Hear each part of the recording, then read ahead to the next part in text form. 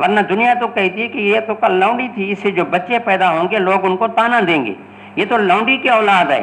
لیکن اتنا بڑا احسان کرنا کہ زوجیت کا مقام دینا، اس کو آزاد کرنا، تو پہلا عمل باعث اجر نہیں، دوسرا عمل موجب اجر ہے.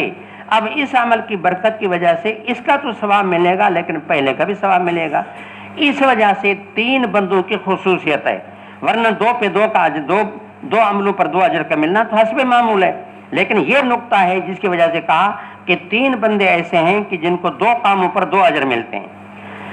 اچھا، اس کے بعد پھر آگے یہ ہے عامر شابی. توجہ، عامر شابی ان کے شاگرد جلدی بتائیں کون ہے؟ صالح بن حیان.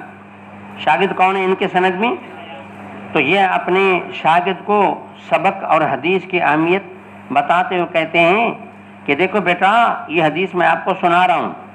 آتے نہ کہا بغیر شین، ہم نے یہ حدیث آپ کو سنائی فری میں، نہ کو فیس، نہ کو تنخواہ، نہ عوض، نہ معاوضہ، مفت حدیث پڑھا دی. پتہ ہے کہ قد کان یرکب فیما دونہا، اس سے بھی چھوٹی باتوں کے لیے مدینے تک جانا پڑتا، اس سے بھی چھوٹی باتوں کے لیے مدینے تک سفر کرنا پڑتا. تو اتنی بڑے اسفار کر کے، محنتیں کر کے ہم ایک چیز، ایک لقمہ تیار کر کے آپ کے منہ میں ڈال رہے ہیں. بیٹا اس کا وہ کرو، خیال کرو اور اچھی طرح حدیث کو سمجھو. تو اس طرح اساتذہ کرام تلامذہ کو سبق کے ساتھ متوجہ بھی کرتے تھے کہ دیکھو آپ کو چیزیں فری میں مل رہی ہیں، یہ خدا کی نعمتیں ہیں، اور نعمتوں کا قدر کرو. اور آپ جانتے ہیں، علماء ہیں، کہ نعمت کا شکر نعمت کے اضافے کا باعث ہوتا ہے. یہ تمام جتنی آپ کی خدمات ہو رہی ہیں، یہ ساری اللہ کی نعمتیں ہیں، ان کا جتنا شکر کرو وہ کم ہے، اور جتنا شکر کرو گے اتنا آپ کا علم ترقی کرے گا. باقی آگے یہ ہے عزت الامام النساء و تعلیمہن. تو اب پھر آپ نے کہا کہ جی لونڈی کو بھی تعلیم دینی چاہیے، اور اس طریقے سے یہ ہے کہ بیوی کو تعلیم دینی چاہیے. تو وقت کا امام یا بڑا کو محدث ہے، بڑا کو عالم ہے، تو پھر عورتوں کو بھی پڑھا سکتا ہے، اور ان کو مدرسۃ البنات قائم کر کے ان کو تعلیم دے سکتا ہے، یا ان کو واعظ کر سکتا ہے کہ جس میں صرف عورتیں ہوں اور مرد بالکل نہ ہوں. تو امام بخاری فرماتے ہیں ٹھیک ہے، اب یہ بھی امت کا ایک حصہ ہے نا، تو تعلیم تربیت ان کا حق ہے. اب وقت کا امام جو اللہ کا نبی ہے، یا کوئی ایک بڑا عالم ہے یا امام ہے، وقت کا حاکم اسلامی ہے، اب وہ ان کا انتظام نہیں کرے گا تو کون کرے گا؟ حدثنا سلیمان بن حرب قال حدثنا شعبۃ عن ایوب قال سمعت عطاء بن ابی رباح قال سمعت ابن عباس رضی اللہ عنہ قال اشهد علی النبی صلی اللہ علیہ وسلم، اور قال عطاء اشهد علی ابن عباس. اب یہ تو جملہ ذرا مزید ایک بھرپور یعنی قوت والا جملہ ہے کہ عطا شاگرد کہتا ہے کہ میں اس بات کی بارے میں ابن عباس کا گواہ ہوں. اب گواہ تو بڑی طاقت والی بات ہے نا، اچھی طرح یاد ہے، گواہی جیسی میرے ہاں اس کی حیثیت ہے. عبداللہ بن عباس بھی فرماتے ہیں میں اس جملے میں اللہ کے نبی کا گواہ ہوں. گواہ منا میں نے آنکھوں سے مشاہدہ کیا، کانوں سے سنا.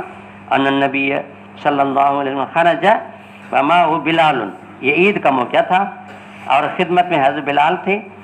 فظن انه لم يستمع النساء یا لم يسمي النساء، اللہ کے نبی کو اندیشہ ہوا کہ لاؤڈ تھا نہیں، لاؤڈ بھی نہیں ہے، اور مجمع بہت زیادہ ہے، اور عید کا موقع ہے، نماز مردوں نے پڑھی ہے، بیان تو اللہ کے نبی نے کیا، لیکن عورتیں ایک کنارے میں بیٹھی ہوئی تھیں.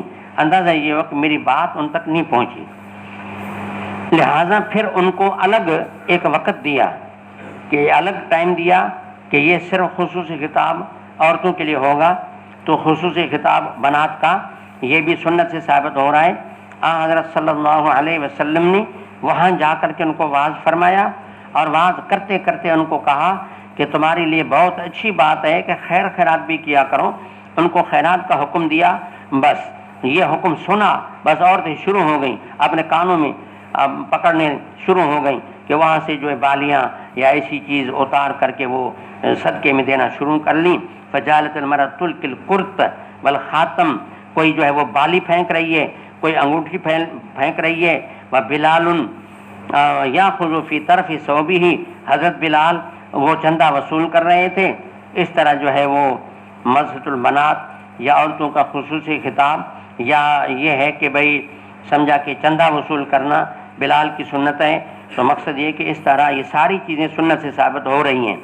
وقال اسماعیل عن ایوب بن عطا قال ابن عباس اشہد علی النبی صلی اللہ علیہ وسلم باب الحرص علی الحدیث، بتانا یہ چاہتے ہیں کہ علم کے چونکہ باب کتاب چل رہا ہے تو کہتے ہیں کہ ان میں ایک بات یہ ہے کہ علم میں کہ تحصیل کے لیے شوق کا ہونا بھی ضروری ہے، حرص ہو، شوق ہو۔